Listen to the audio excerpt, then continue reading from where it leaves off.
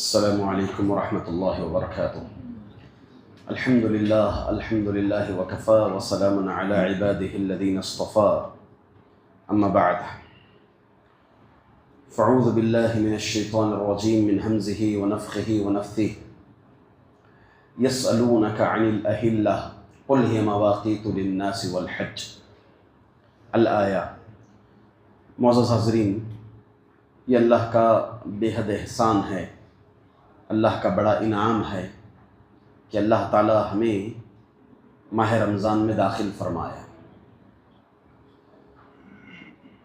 مغرب سے قبل خبر آئی کہ مسجد عمار کے ایک ذمہ دار کا انتقال ہو گیا۔ اللہ ان کی مغفرت فرمائیں، اللہ ان کی قبر کی توسیع فرمائیں، اللہ قبر کے عذاب سے ان کو محفوظ فرمائے اور جنت میں اعلیٰ مقام نصیب فرمائے۔ یہ اللہ رب العزت کا انعام ہے جسے ماہ رمضان مل جائے۔ ایک مومن کو چاہیے کہ اس ماہ رمضان کو غنیمت جانے، غنیمت جان کر اس ماہ رمضان میں خوب عبادت فرمائے۔ ایک حدیث میں آپ کو سناتا ہوں۔ طلحہ بن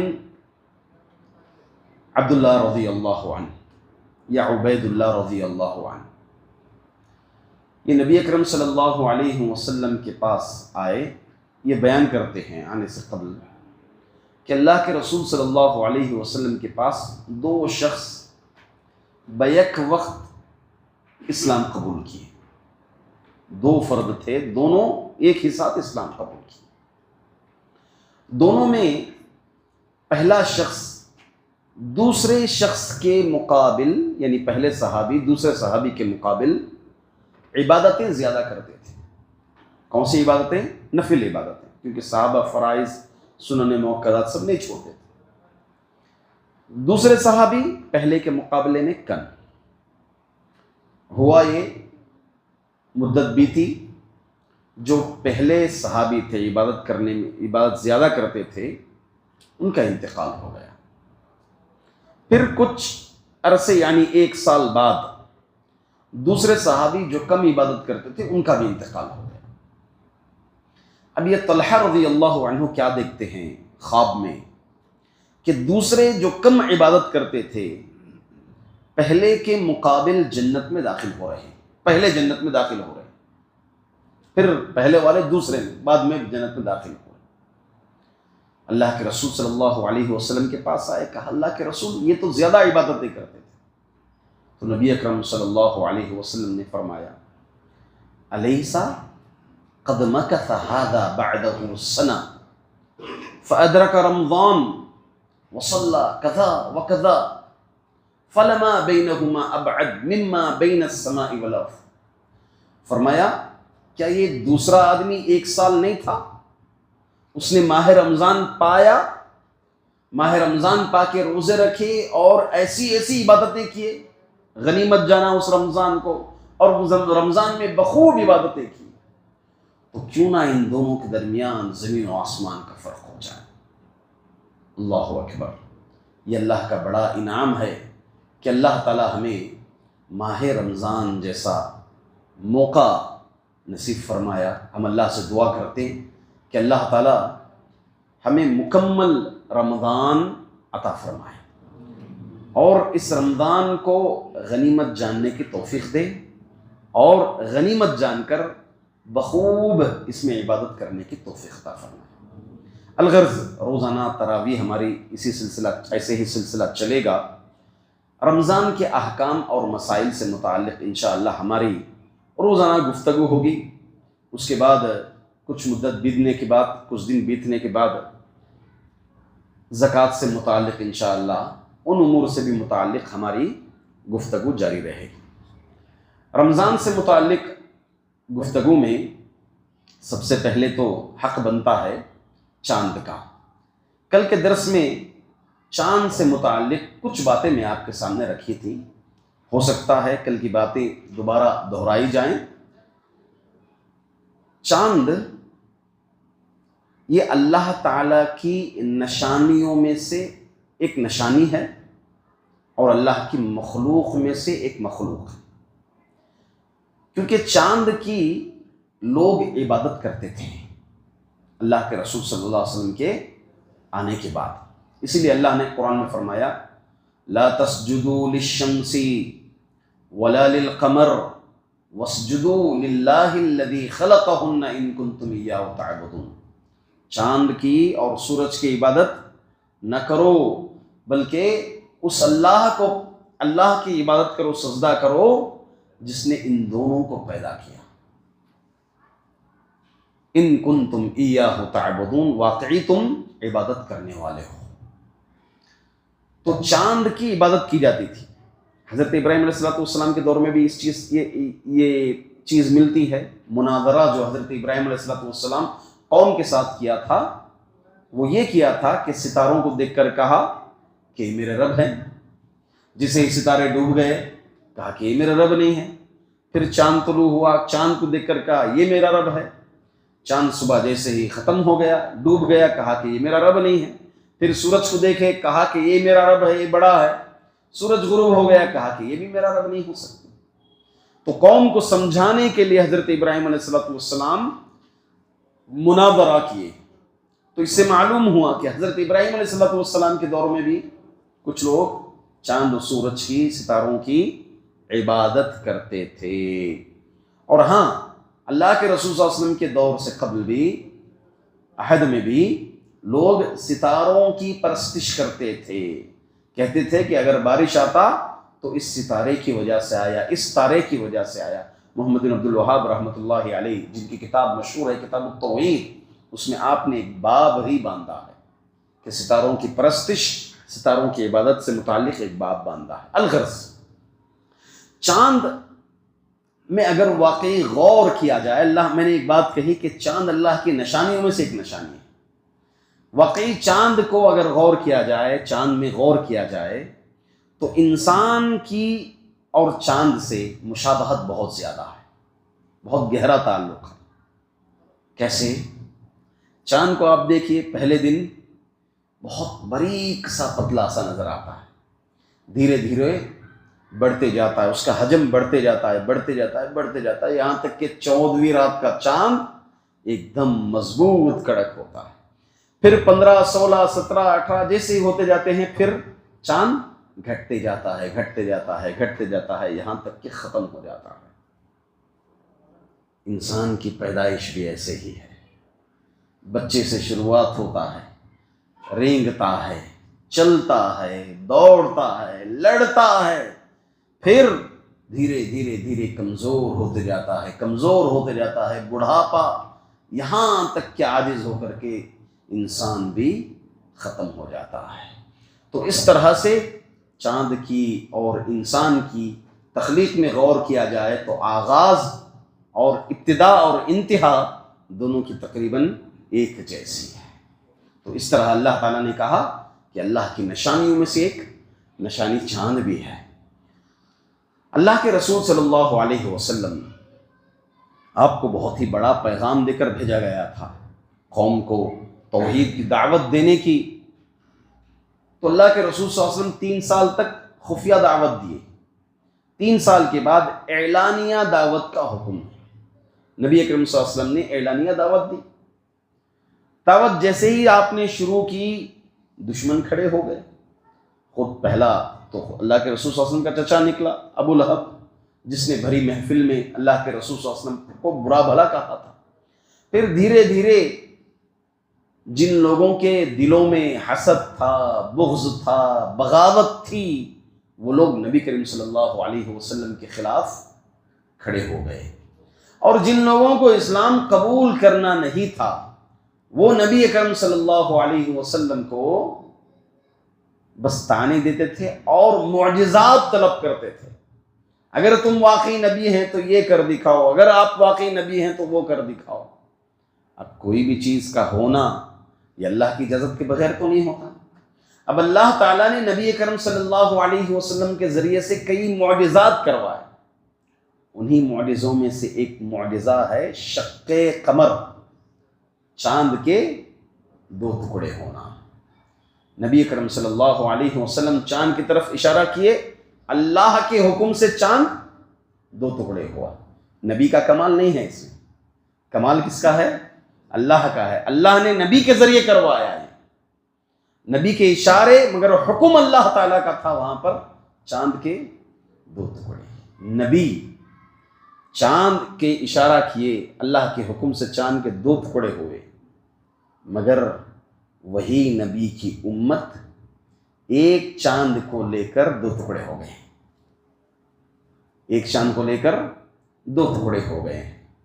کوئی عید روزہ پہلے شروع کرتے ہیں اور بقیہ جو جماعت ہے وہ بعد شروع کرتے ہیں۔ تو حاضرین، اس سلسلے میں بنیادی لحاظ سے 1-2 باتیں کہہ کر میں انشاءاللہ اپنی بات کو ختم کر دوں گا۔ اللہ تعالیٰ جو سسٹم دیے ہیں عبادات کے لیے، اوقات اور ڈیز، ٹائمنگ اور وقت معلوم کرنے کے لیے 2 سسٹم ہیں۔ ایک ہے نظام شمسی، سورج کا سسٹم، اور ایک ہے نظام قمری، چاند کا سسٹم۔ اور ان دونوں سسٹموں میں اللہ تعالیٰ نے کچھ عبادتوں کو ان سے منسلک کر دیے ہیں۔ سورج کو دیکھ کر کے کئی عبادتیں ہیں، جیسے نماز، ظہر کا وقت ہے، زوال کا وقت ہے، عصر کا وقت ہے، سایہ سنگل ہونا، سایہ ڈبل ہونا، سورج کا غروب ہونا۔ ہاں، اسی طرح سے حج کی کچھ عبادتیں سورج کے سسٹم سے منسلک ہیں، جیسے آپ یوم الترویہ یعنی 8 ذی الحجہ کو آپ مینا سے جب نکلیں گے حج کی نیت کر کے، احرام باندھ کر کے، جب آپ آئیں گے وہ سورج کے طلوع ہونے کے بعد سنت ہے۔ اسی طرح آپ مینا سے 9 ذی الحجہ کو عرفہ جائیں گے تو وہ بھی سورج طلوع ہونے کے بعد ہے۔ اسی طرح آپ وقوف عرفہ میں رکے ہوئے ہیں، جو کہ حج کا اہم رکن ہے۔ آپ سورج کے غروب ہونے سے پہلے عرفہ کی باؤنڈری پار نہیں کر سکتے۔ اگر پار کر دیے تو آپ نے ایک واجب کو چھوڑ دیا۔ جب ایک واجب کو چھوڑ دیے تو ظاہر سی بات ہے اس پر کفارہ لازم آ جاتا ہے۔ تو کچھ عبادتیں حج سے متعلق ہیں۔ دوسرا سسٹم ہے نظام قمری، یعنی چاند کا سسٹم، جیسے اللہ تعالیٰ نے کچھ عبادتیں اس سے منسلک کر دیا، جیسے روزہ ہے، عید ہے۔ اسی لیے اللہ کے رسول صلی اللہ علیہ وسلم نے فرمایا، صوموا لرؤیتہ وافطروا لرؤیتہ۔ چاند کو دیکھو، روزہ کا آغاز کرو، چاند کو دیکھو، عید کا آغاز کرو، یعنی جو ہے افطار روزہ بند کر دو۔ اگر دیکھا جائے تو شریعت سے جو ہمیں معلوم ہوتا ہے وہ 3 طریقوں سے ہمیں چاند کی خبر ملتی ہے۔ پہلا طریقہ کہ مسلمان خود دیکھیں، جیسے کہ آج مسلمان دیکھیں، ماشاءاللہ مسجد رحمانی سے جیسے نماز پڑھ کے نکلے تو برابر چاند نظر آ رہا ہے، الحمدللہ۔ تو چاند دیکھیں، دیکھ کر پھر اعلان ہوتا ہے، اعلان ہونے کے بعد پھر روزہ رکھا جاتا ہے۔ دوسرا طریقہ ہے کہ جماعت میں سے، امت میں سے، مسلمانوں کی جماعت میں سے کوئی ایک فرد یا 2 فرد یا کچھ فرد دیکھیں اور وہ خبر دیں متعلقہ کمیٹی کو، پھر وہ اعلان کریں۔ اس کی دلیل ہے اللہ کے رسول صلی اللہ علیہ وسلم کے دور میں عبداللہ بن عمر رضی اللہ عنہما نے چاند دیکھا، کسی نے نہیں دیکھا، وہ دیکھ گئے۔ اللہ کے رسول صلی اللہ علیہ وسلم کے پاس آئے، آ کر کہا کہ اللہ کے رسول میں نے چاند دیکھا ہے، تو اللہ کے رسول صلی اللہ علیہ وسلم نے اعلان کروایا روزہ رکھنے کا۔ تو یہ دوسرا طریقہ ہے۔ تیسرا طریقہ ہے کہ 29 کو چاند دیکھیں، کوشش کریں، اگر نظر نہیں آتا، ابر آلود ہوتا ہے، تو ایسی صورت میں 29 مکمل کر کے 30 مکمل کر کے روزہ رکھ لیں، جیسا کہ ہوا کل، کوشش کیے نظر نہیں آیا تو آج وہ چاند دیکھے 30 مکمل ہوئے تو اس طرح سے روزہ رکھ رہے ہیں۔ اس کی بھی دلیل ہے اللہ کے رسول صلی اللہ علیہ وسلم نے فرمایا، فَإِنْ غُمَّ عَلَيْكُمْ فَأَكْمِلُوا الْعِدَّةَ 30۔ اگر ابر آلود ہو تو ایسی صورت میں تم کیا کرو؟ 30 دن مکمل کرو۔ تو یہ 3 طریقے ہیں روزہ رکھنے کے لیے، خبر لینے کے لیے اور عید کرنے کے لیے۔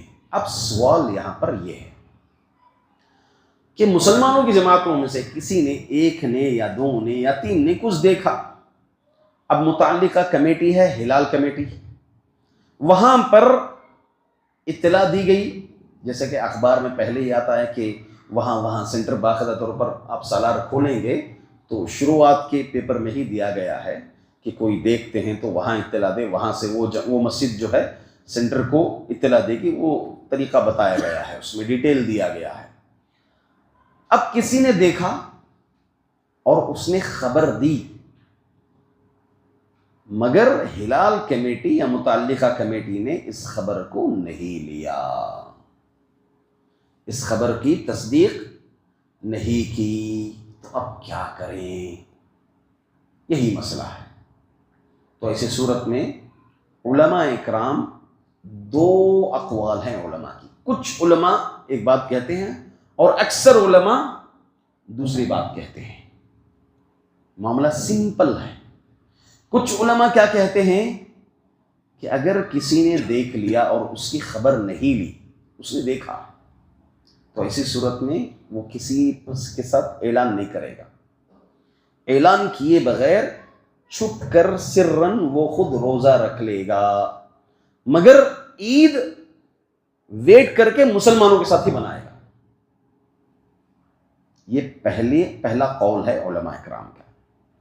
دوسرا قول علماء اکرام کا وہ یہ ہے کہ وہ ہرگز روزہ ہی نہیں رکھے گا، نہ سرن رکھے گا نہ اعلانیہ طور پر رکھے گا، بلکہ تمام مسلمانوں کے ساتھ روزہ رکھے گا اور تمام مسلمانوں کے ساتھ عید کرے گا۔ اس کی دلیل یہ ہے، دلیل دیتے ہیں علماء اکرام، وہ یہ ہے الصوم حین تصومون والفطر یوم تفطرون والاضحیٰ یوم تضحون۔ روزہ اس وقت ہے جب مسلمان روزہ رکھے، عید اس وقت ہے جب مسلمان عید کرے، قربانی اس وقت ہے جب مسلمان قربانی کرے۔ تو معاملہ حل ہو گیا، سمپل سی بات ہے، معاملہ حل ہو گیا۔ ہاں، ایک معاملہ تو حل ہو گیا کہ ایک بھائی کسی نے دیکھا مگر اس کی خبر نہیں لی، تو اس کے پاس دو ہی آپشن ہے، اور دوسرا قول جو علماء کا ہے وہ اکثر، وہ بیشتر ہے، دلیل کی بیس پر ہے۔ اب سوال یہ ہے کہ مطلع، ہم سوچتے ہیں کہ بھائی ہم کرناٹکا میں رہتے ہیں، اسٹیٹ میں رہتے ہیں، اور جتنے کرناٹکا کے آس پاس جو ساحلی علاقے ہیں وہ لوگ چاند دیکھتے ہیں، مگر ہم ان کی خبر کو نہیں لیتے ہیں، ہم دلی کی خبر کو لیتے ہیں۔ ایک مسئلہ ہے نا، یہ ایک شبہ ہے، اور لوگ بہت کنفیوز بھی کرتے ہیں۔ تم شک کے دن روزہ رکھ لیے، تمہارا روزہ حرام ہے، چاند دکھ گئے ہاں تم روزہ رکھے ہیں۔ تو ایسی صورت میں سب سے پہلی بات آتی ہے مطلع کی۔ مطلع کا معنی کیا ہوتا ہے؟ مطلع کا معنی ہوتا ہے سورج یا چاند طلوع ہونے کی جگہ۔ کیا کہتے ہیں مطلع کو؟ سورج یا چاند طلوع ہونے کی جگہ، مطلع۔ مطلع کا اختلاف ہونا مطلب کہ ایک جگہ طلوع ہوا تو دوسری جگہ طلوع نہ ہونا، یہ حقیقت ہے، کوئی اس کا انکار نہیں کر سکتا۔ جیسے مثال کے طور پر کسی نے انڈیا میں، آپ دیکھیں گے آپ کیا وقت چل رہا ہے، 10:30 بجے چل رہے ہیں۔ امریکہ کا علاقے میں دیکھیں گے تو وہاں پر ویسٹ علاقے میں تقریباً 13.5 آور پیچھے چل رہے ہیں وہ لوگ۔ ابھی کتنے آور؟ 13.5 آور پیچھے چل رہے ہیں۔ تو اس مناسبت سے دیکھا جائے تو مطلع سب کا کیا ہے؟ الگ الگ ہے، ایک نہیں ہو سکتا۔ اب علماء کا مسئلہ یہ ہے کہ یہ اس مطلع کا، اختلاف مطلع کا، یعنی سب کا مطلع مختلف ہے، اس مطلع کا اعتبار کریں گے یا نہیں کریں گے؟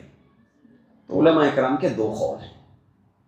ایک قول وہ یہ ہے کہ مطلع کا اعتبار نہیں کریں گے، یعنی دنیا میں اگر کہیں بھی دکھ گیا تو سارے دنیا کے مسلمان ایک ساتھ عید منائیں گے۔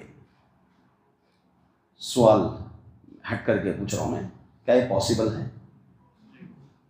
کئی کنٹری نہیں مانتی. ہماری اسلامی حکومت سعودی عرب کنٹریز نہیں مانتی اس چیز کو. سعودی عرب سے پہلے بھی کچھ ملک میں نظر آتا ہے, افریقہ کنٹریوں میں اکثر نظر آ جاتا ہے. اس کے باوجود بھی سعودی عرب اپنی رویت کو ہی لیتی ہے, اپنے مطلع کو ہی لیتی ہے, وہاں کے مطلع کو نہیں لیتی ہے. اور یہ مطلع کا جو اعتبار ہے وہ قریب اور دور کا اعتبار نہیں ہے, قریب اور دور سے کچھ تعلق نہیں ہے اس کا. اب یہ جو اسٹیٹ بنائے ہیں کون بنائے ہیں؟ اللہ بنایا اسٹیٹ. یہ کرناٹکا, یہاں آپ رہیں گے, آندھرا, کس نے بنایا؟ یہ انسان بنائے ہیں. مطلع یہ اللہ کے حکم سے چل رہا ہے. چاند کا مسئلہ سمجھ رہے ہیں؟ تو اس میں قریب اور بعد دور کا اعتبار نہیں ہوگا, بلکہ مطلع کا کچھ سال قبل اس کی تحقیق ہو کر یہ مطلع یہاں سے یہاں تک ڈیپینڈ ہوتا ہے. اگر وہاں میں نظر آئے تو یہی مطلع کا اعتبار ہوگا, لہٰذا اعلان ہوگا. یہی شریعت کے طرف سے جو ہے معاملہ ہے. تو معاملہ سمپل ہے اور کچھ طویل نہیں ہے. تو جو دوسرے علماء اکرام ہیں وہ یہ کہتے ہیں کہ مطلع کا اعتبار ہوگا, یعنی وہاں اگر دیکھیں تو وہاں کریں گے, یہاں دیکھیں ہیں تو یہاں کریں گے. وہاں کے مطلع کے حساب سے وہاں کے لوگ کریں گے, یہاں کے مطلع کے حساب سے یہاں کے لوگ کریں گے. دلیل کیا ہے اس کی؟ دلیل سیدھی اور صاف دلیل ہے. قریب رحمۃ اللہ علیہ کے حدیث قریب کہتے ہیں اس کو. میں وقت شاید زیادہ لے رہا ہوں, انشاءاللہ کل سے اتنا وقت نہیں لوں گا باذن اللہ تعالیٰ. بس آج یہ بات آ گئی ہے تو اس مسئلے کو انشاءاللہ ختم کر کے 5 منٹ میں اپنی بات کو ختم کر دوں گا.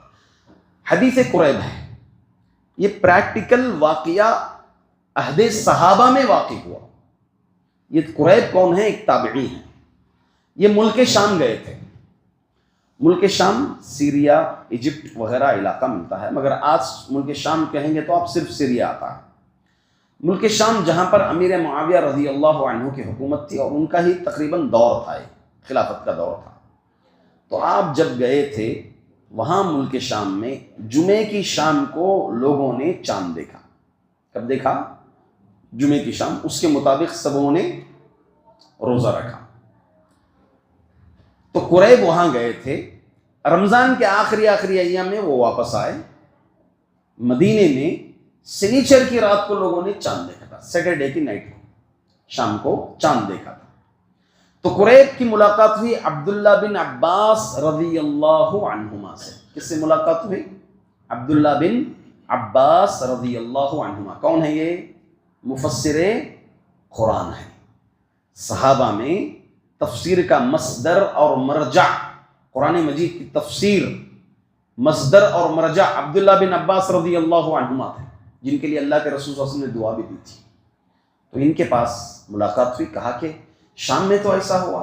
عبداللہ بن عباس رضی اللہ عنہما نے کہا کہ نہیں, یہاں تو ہم نے سنیچر کو دیکھا, ہمارے مطابق ہی ہم کیا کریں گے؟